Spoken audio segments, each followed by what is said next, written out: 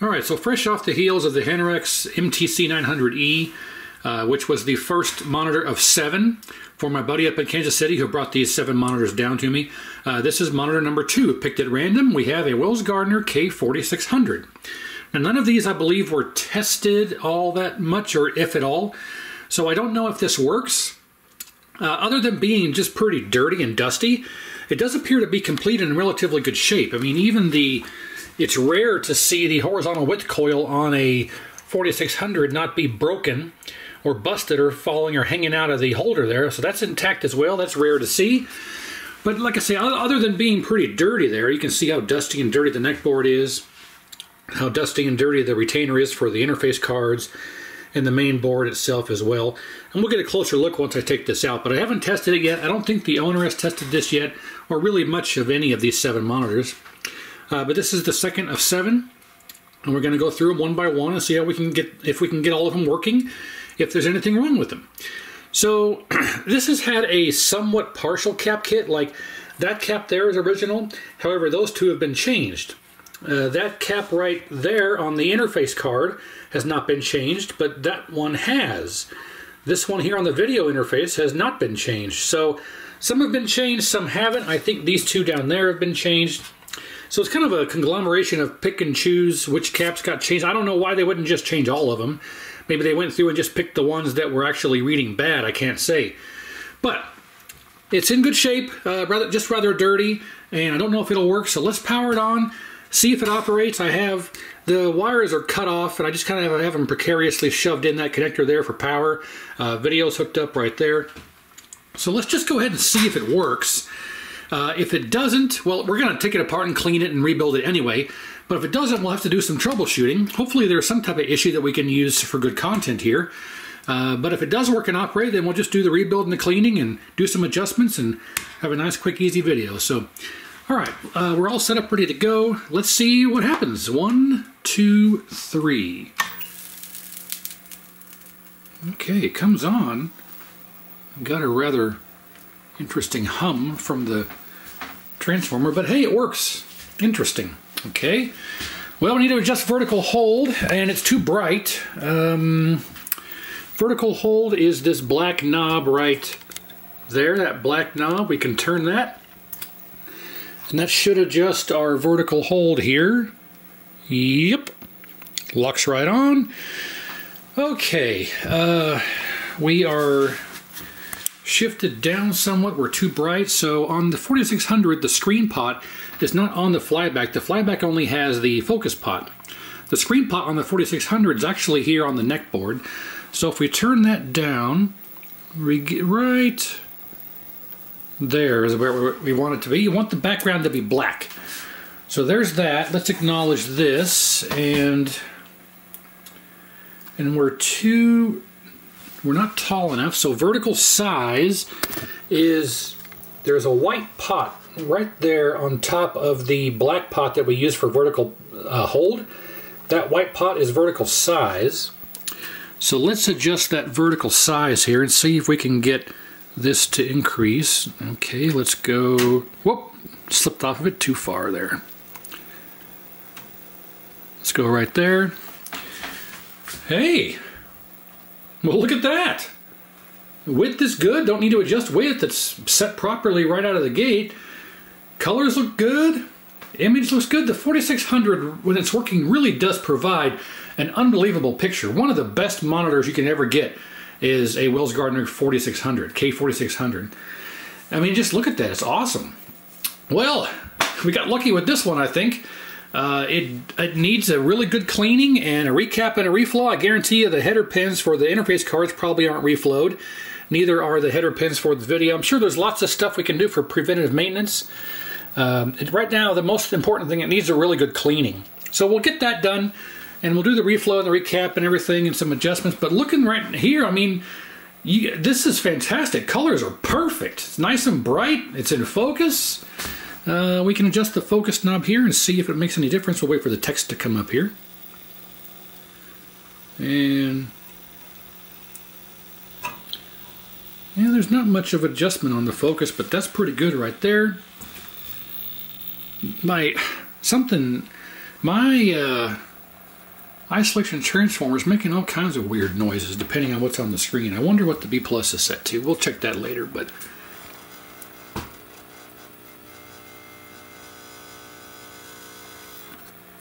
that is just an odd noise.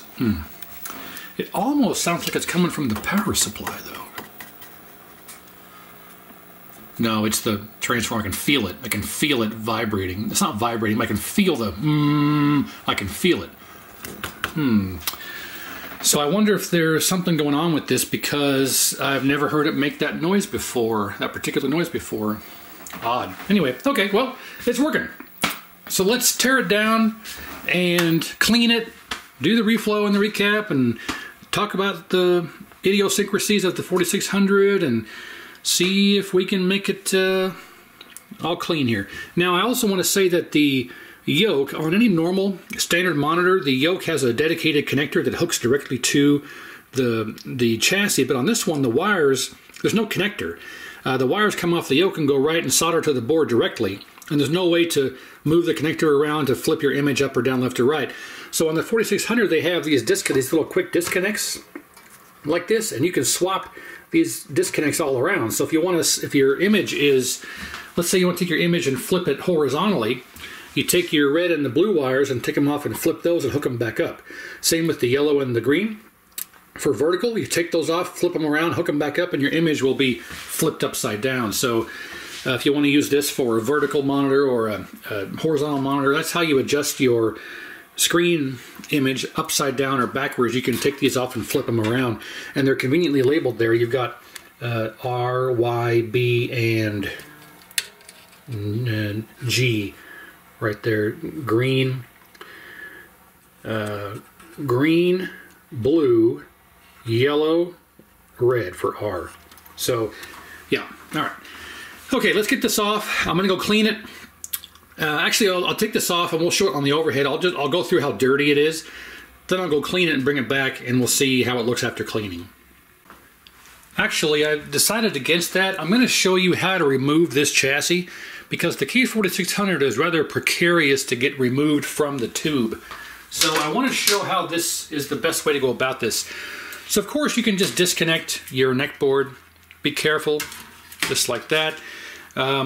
We can remove the yoke connections here because, like I say, the wires are soldered, hard soldered to the board, so that's the only way to disconnect them. The tube needs to be discharged because the 4600 does not have a bleeder resistor to discharge the tube. So if we go up here, we should be able to. I am connected down. We'll just connect right here. And you should hear a nice little zapper spark. There you go. So now we are discharged, so we can, looks like this has never been removed ever. It's still connected here with the cheap little zip tie. So that's broken off. So now we can just kind of squeeze this, or not. Oh, it's got this stupid little ring on there.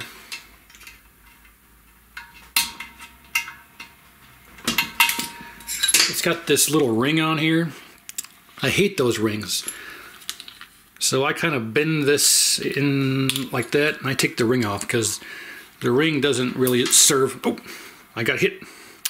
The ring doesn't really serve any purpose that I'm aware of. It's there to keep it's there to help keep this from falling off. But if you have it installed properly, it won't fall off on you. So I'm going to throw that away. Okay, well, yeah, there's an example. Even when you discharge it properly, you can still get a little bit of residual. So, not enough to hurt you. I'm not worried about it. You know, disclaimer, even though I know what I'm doing, I still get a little zap every now and then. So, disclaimer, work on these at your own peril. All right, so we're discharged. And we've got our yoke unhooked, anode unhooked. The flyback, you have to get yourself a 1/4-inch drive and unscrew it from the frame. There's a screw on the top and a screw on the bottom that hold it to the frame. You can just loosen the one on the bottom, but the top one has to come out. But the one on the bottom, you can just loosen it. You don't have to actually remove it. Actually, you probably can just wiggle this back and forth and The extra screw is down here, and sometimes it's hard to get a driver on that, but there we go. Just enough to loosen it up. This should slide right off, and there you go. Now the flyback is off. For the ground, the DAG ground, it's hard soldered directly to the board. So I need to turn the iron on, and we'll unsolder that later. Okay, so this has to slide out. So there is a, if I recall correctly, there are screws on the bottom that hold it in, and there's a screw right here that holds it in. There is a screw right there that you have to take out. Then there's, I think, some on the bottom. It's been a while since I've taken one of these apart. If I recall correctly, oh no, they're not in there. Okay. I think some of them did have, at one time, those screws on the bottom, but okay, now we can disconnect the degauss cable and remove that. Get this, someone routed that through there. Get that on there. All right, so now the only thing holding this in should be our DAG ground wire.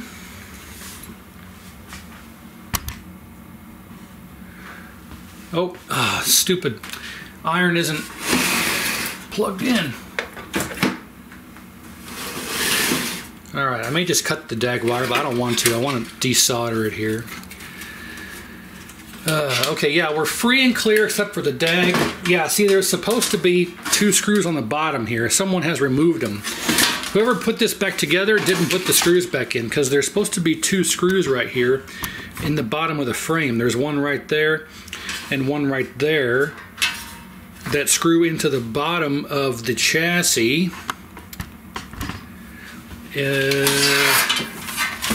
Right here.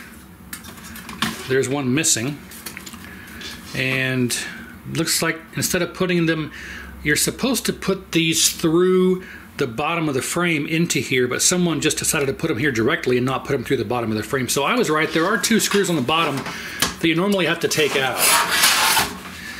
But okay, so let's get our DAG wire unsoldered.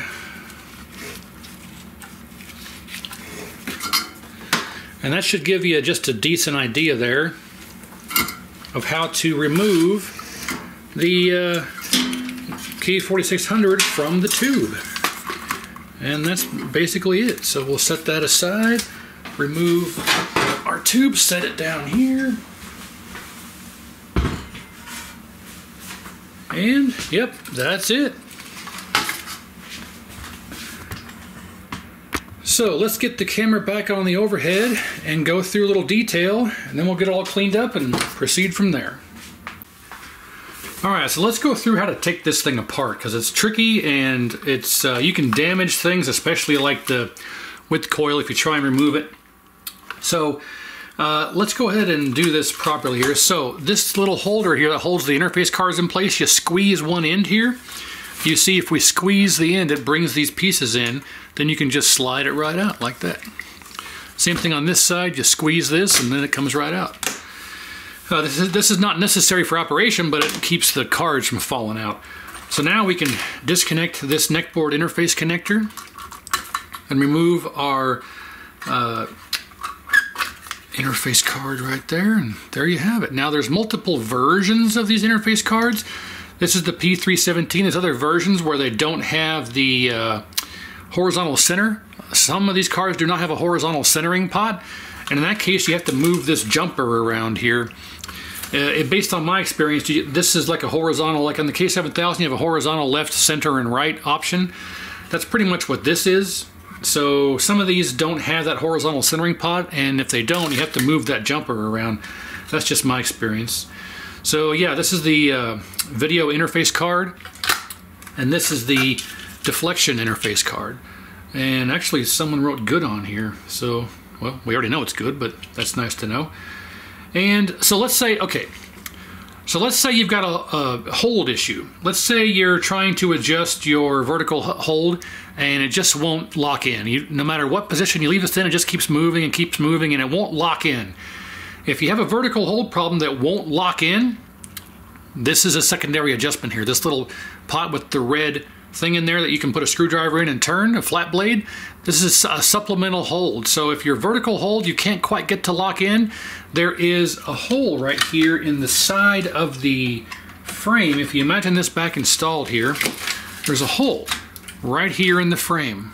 That little hole right there, that's for a screwdriver to go through that hole like so and go right onto that adjustment pot. That's where it's, oh no, I'm sorry, that's the wrong one. It's this hole right there, that one, sorry, it's been a while. So that hole right there is designed for you to put your screwdriver through, and you can get right there on that pot and turn it if you're, for a supplemental vertical hold if this one doesn't work. That's what that's for. So now we have our interface cards removed. It's just as simple as that. And we have our exposed chassis here. Now we can, I'm going to want to remove this plate.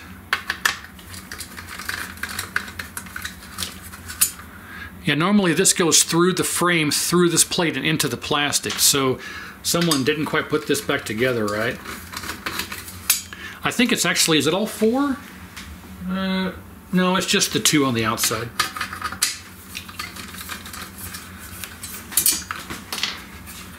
Okay, so the metal frame comes off. So now here's where it counts when it comes to this horizontal width coil. So the easiest way is there's this, people break these trying to remove them the incorrect way. So there's two little metal tabs here. You squeeze those tabs and that will allow you to push this through. If I can. Where's my broken one? That's the good one we want. Oh, there goes, what the heck? Where's my broken one? Here it is, okay.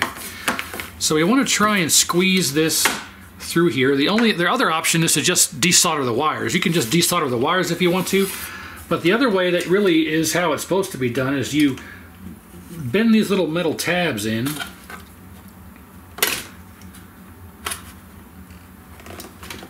Then you should be able to move this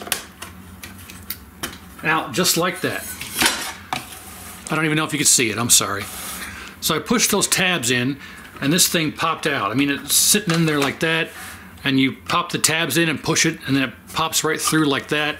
Then you can take it right out. There you go. Now you can avoid breaking it when you go to put it back in. You want to push those tabs back out, push them back out, and they'll snap right back in. So there you have it. Now ideally you could just desolder it, but it's easier to do it that way. So we'll set our metal panel aside, and these pieces here, you have to, this should slide right off. This one should slide right off, like so. But this one you have to remove this piece, and it's not a quarter. Let's just see if we can use our tweezers here. These are already bad, so don't worry, like, hey, you're using flush cuts as a tool. Don't do that, you'll ruin them. Well, they're already ruined, so don't worry. Don't you worry about that. I'm too lazy to go get the right tool. That's why it's the amateur channel. How many times do I have to tell you the right tool for the right job? I'm sorry, Scotty. Oh, Lassie. You're the most understanding woman I know.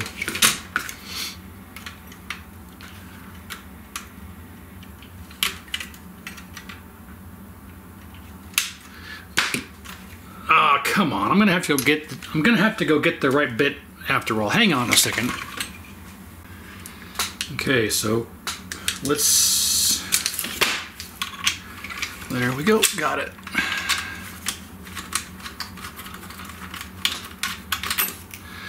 Okay, so we'll set that up here.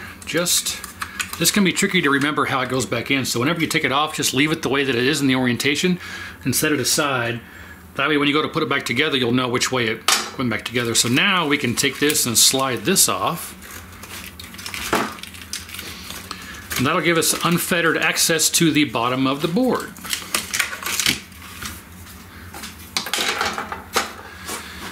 Okay. Now, let's talk about how to remove these other pieces here.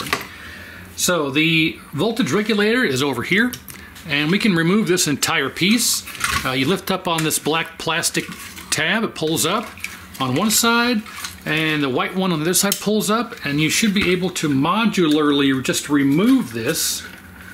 I gotta get rid of this like that, and this should just like a modular piece come right out. He says, yeah, it should just lift right off.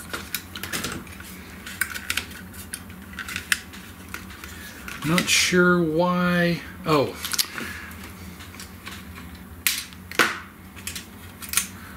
Security measure to hold it in place from the factory. And then there we go. Now this comes right off, and you can install. Oh, someone's see. Why?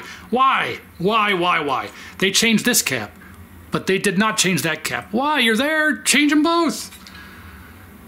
Anyway, so yeah, I always reflow all of this, and I change both caps, and this just makes it so much easier to get access to this and reflow it when you can remove this piece like that. So we'll set that aside. And now we're pretty much torn down as far as we can go. And there's really not much left. I mean, if you look at the main board here, there's really almost nothing on it because all the circuitry is on the interface cards here. Like all this stuff here would normally be on the board as well as this. So there's really not much to the K4600 main board. But you can see here they changed what looks like all the caps except for this one. Why would you do that? I don't know, maybe they didn't have that one. Filter cap do I have? This is a 200 volt 330. I have a used one that I might throw in here to replace that one. But yeah. Oh, you know what? My Amazon order's here. Hang on. All right, sorry about that. So, yeah, I think it's time now to go through and get this cleaned up. So I'm gonna put it in the sink, hot water to wash it off, simple green to clean it, use a brush to wipe it all clean, hot water to rinse it, and let it sit for 24 hours. And then we'll come back and we'll see how well it looks. Actually, one more thing here. As I was going to pick this up to go take it to wash it, I realized that I told you incorrectly. I'm not 100% sure, but I think this wire is the wire that you use for the horizontal position jumper. Like this will be left, and this would be center, and that would be right, because this goes directly to the horizontal width coil where it connects right over here. I'm pretty sure, 99% sure that this is the horizontal position jumper. I don't want to put the wrong information out there.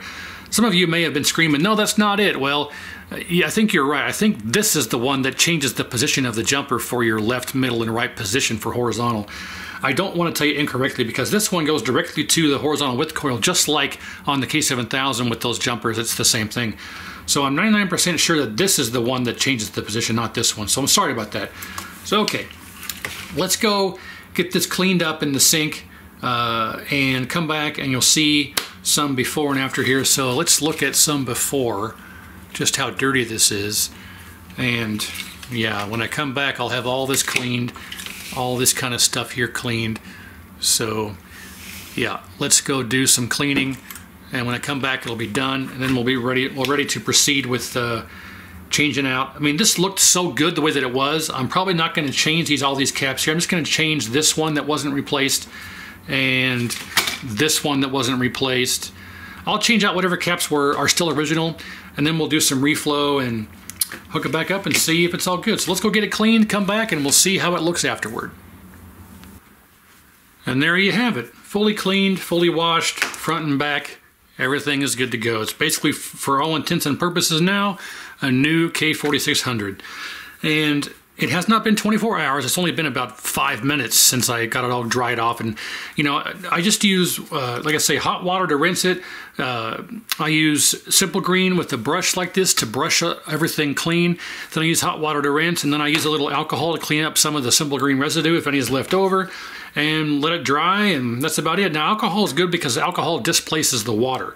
So you want to use the alcohol to kind of get in the cracks and crevices. So I take the alcohol and spray it down inside of the neck board connector and all that, the neck connector, and then I use some compressed air to blow it all out, because you don't want water getting in here and corroding the focus gap. There's a spark gap in there for the focus, and if those pins corrode, you won't have any focus control. So it's important to make sure you do that.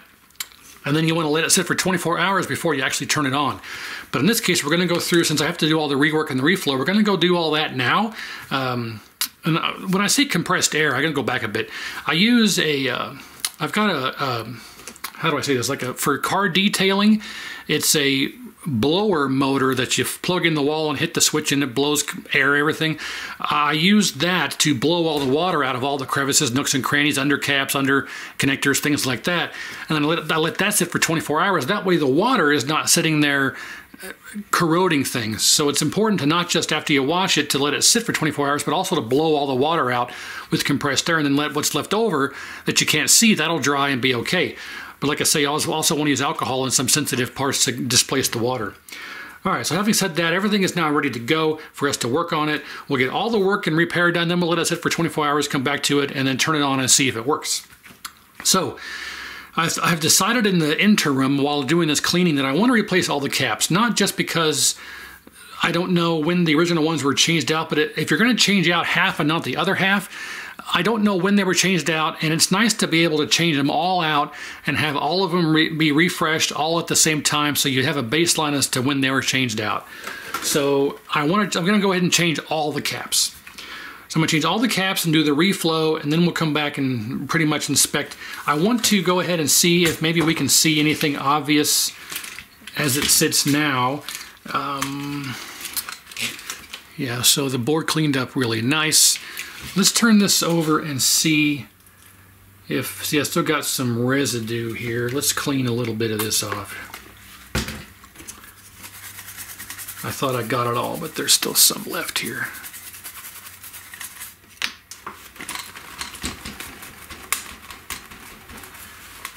Okay, I think that'll work. So let's look for cracked and broken joints. So I said earlier I almost guaranteed that the header pins were not reflowed for the interface cards, and I'm absolutely wrong. And I'm glad that I'm wrong, because these have absolutely all been reflowed, so that is fantastic. Partly probably why the reason why it was working, that's a hard sentence to say, is that someone had previously done this. Almost all of these have issues and cracks and broken joints on these interface cards over the years. So not only did they already reflow the header pins for the interface cards, they also appear to have reflowed the interface connection for the voltage regulator. So this right here. So that's awesome, and they reflowed the header pins here for the whatever this actually is. I'm not sure exactly what that is. And yeah, they did not reflow the wires that run up to off the flyback. These wires here run off to the flyback. They didn't reflow those, which is no big deal. We've got some iffy joints in some spots, but overall it looks like whoever worked on this previously did a really good job with hitting all of the normal problem areas. So we're not going to need to do too much reflow. I'm going to have to replace the filter cap. Like I said, we're going to change the filter cap. We're going to change the filter cap, all the other caps, and it really doesn't look like there's a lot of issues at all. That's fantastic. It's nice to get one that's not all butchered for once. So I'll go through and do all the reflow when I change out the caps. Same kind of thing for the neck board. Neck board's in good shape as well. There's a whole lot of flux residue on it, but that's not from the previous owner. It's kind of like a factory thing. Neck board's nice and clean as well. So yeah, let's get to working on this. There's some leftover alcohol that dripped off. Okay, so I'm going to change out all the caps, do all the reflow, and then when I'm done, I'm going to wait 24 hours. Then we'll come back and I'll reassemble everything. We'll get it on the tube and we'll test it again after the rework. So you can see it as it sits now. I'm going to cut away. When I come back, I'll have all of the rework and caps done, and we'll put it back together, put it on a tube, and test it. So it's going to be 24 hours for me, but just a few seconds for you. So here we go. Well, it's 24 hours later. I have all of the complete cap kit redone, all of the rework done, all the reflow done, all the cleaning done, and it's now ready to put back together. So we can start by putting the voltage regulator board back in.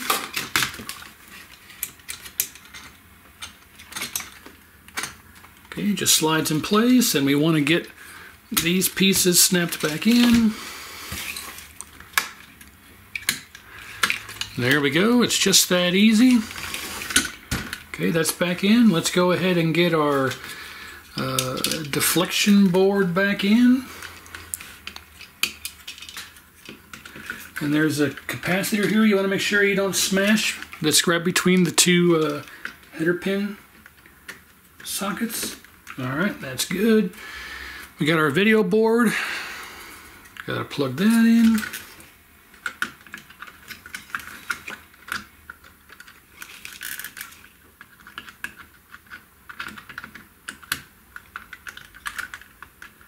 What is your major malfunction? Okay, that is slid in. Let's grab this piece here that I cleaned up as well. We want to squeeze the sides and it should go right in the holes. There we go. And then there are alignment tabs here for the cards to sit in, just like that. Then we can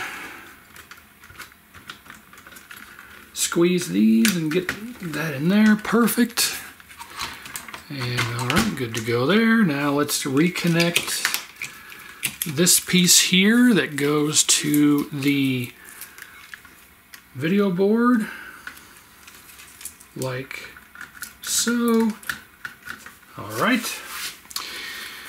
And I think that just about does it for the main reassembly.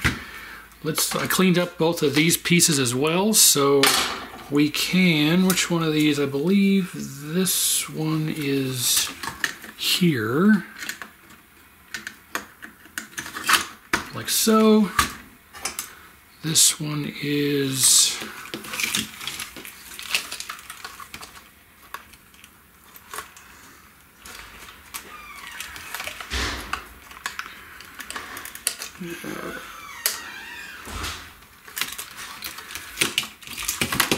what's fighting me here?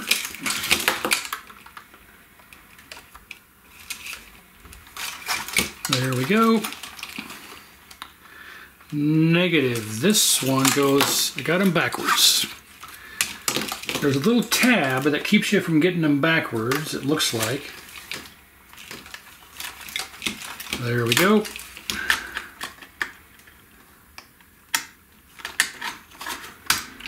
Okay, now this piece will go back here like this, and we'll have to get this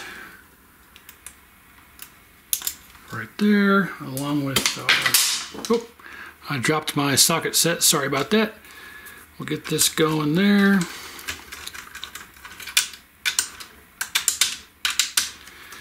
Alright, and that's going to have to sit roughly like so.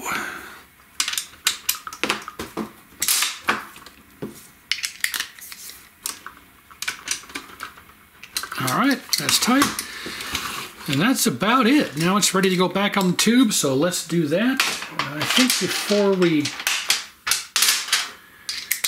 do that, let's see if we can do some wire management here. This wire, oh darn it, I gotta lift this back up out of the way because this needs to go under this.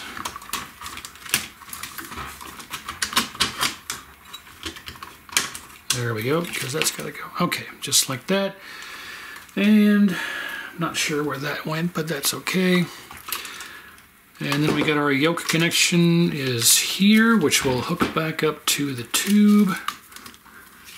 And this is free and clear. We got to put our width pot back in. All right, so let's get this back on the tube. I need to, actually, you know what? Let's attach this plate first here.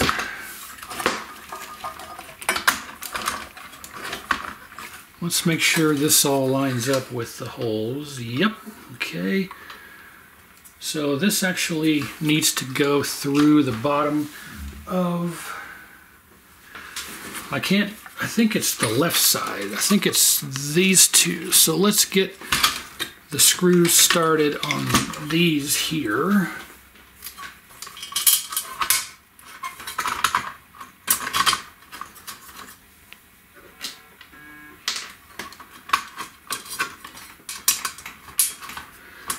There we are.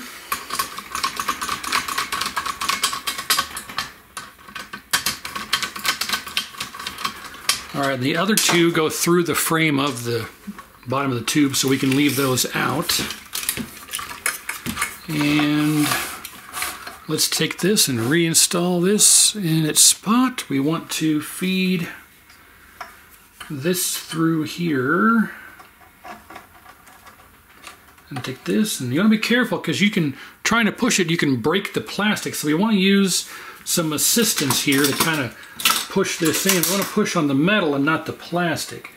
So kind of hold on to it as we, can I show this here? Let's push a little bit as we push on the metal. And it just, hear it snap in, snapped right in. Fantastic. There you go. And yeah, there we have it. I believe we are ready to throw this back on the tube. So let's grab that, get it reinstalled. Let's just check over everything one last time. Cards are in, and flat, support bars in. This is installed properly. We can put this back how it was, sort of like that. Okay. Yeah, I think we are ready to go. Everything's reconnected. Cap kit, reflow, inspection. I think we're all set. So let's grab the tube and try and put this back on. Okay, everything is reinstalled back on the tube exactly as it should be. Only this time we're nice and clean. I got the screws on the bottom installed the way they're supposed to be through the frame. Everything, as we saw, is all back together and ready to go. We got our anode, neck, yokes hooked back up. Our DAG ground is resoldered onto the neck board. There is no remote board. All the pots are on the cards. And then we have power and video. So as far as the settings and controls go, everything is identical to how it used to be, so we shouldn't have to adjust anything. Everything should be the same. We may have to tweak some settings because we have new caps now. If the old caps were on the way out, the ones that weren't changed, we may have to readjust some stuff, but we'll see here. So it's all hooked back up, ready to go. I got the degauss cable connected, reconnected down there as well, and everything's ready to go. So let's turn it on and see how well it operates. Again, I also changed out the filter cap, so we have the new one right there. And yeah, should be ready. So here we go. Let's find out if I did anything wrong or messed anything up, or if it still works fine. 1, 2, 3. Okay, it comes on. What do we get? Hey, there we go. And that looks pretty darn good. The focus is a bit out, but that could be because it's too bright. Yeah, that's about as good as I can make it. We can turn the brightness down a little bit. Oh, that's all the way down. Interesting. Okay. Might need to turn the colors down, all the colors down a bit to lose a little brightness to get a little bit more clarity, but otherwise it's okay.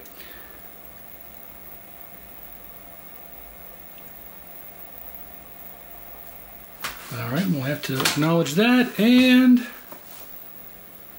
oh, we're too tall. We did vertical size increased a little bit. Oh, and I completely forgot about the supplementary brightness control on the video card. So let's adjust our vertical size. You know what? Let me get you on the tripod. I'll make some adjustments with the tripod. Okay, so let's adjust our vertical size down a bit. Okay, that's good. We need to adjust our brightness down a bit, and I don't remember which one of these two wheels it is.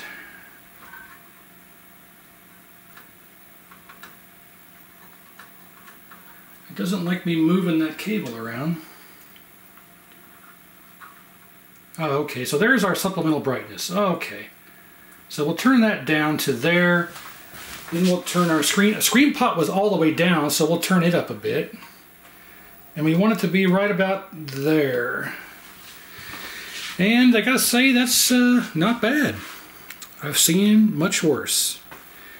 Could be better, but the tube could benefit from a, I forgot, it's been a long day and a half here. Not rejuvenation, balance, color balance. It could do with the balance, and we're a little bit too bright again. Right about there.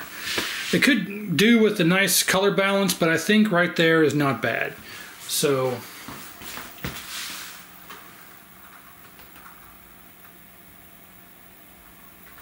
doesn't like me messing with that.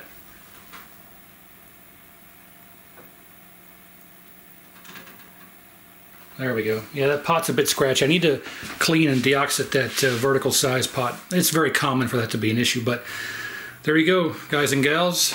A successful K4600 rebuild and, yeah, refurbishment, if you will. I gotta say, the K4600, when it's working, really just provides one of the best pictures you could possibly get. Now, this is a repurposed commercial television. A lot of the K4600s are modified versions of home commercial televisions. So that's why it lends itself to such a good image most of the time. So it needs a little bit of degauss in that corner, not too much screen burn, but as you can see, maybe a little bit of tweaking of some colors a bit more, but otherwise, yeah, this is pretty darn good for the circumstance. So yeah, nice, brand new, clean, for all intents and purposes, brand new, nice, new, clean, refurbished Wells Gardner K4600. So ready to live on for another 40 years, hopefully. So thanks for watching. Hopefully you learned something. Like, share, and subscribe, and I got 5 more monitors sitting behind me to go, so stay tuned for those.